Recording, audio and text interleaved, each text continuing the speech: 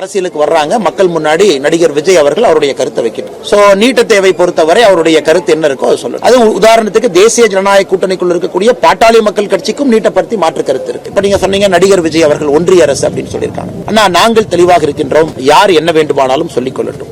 இந்த கட்சிகள் எல்லாமே 2021க்கு முன்னாடி ஒன்றியங்கிற வார்த்தை வந்துச்சா? இல்லை.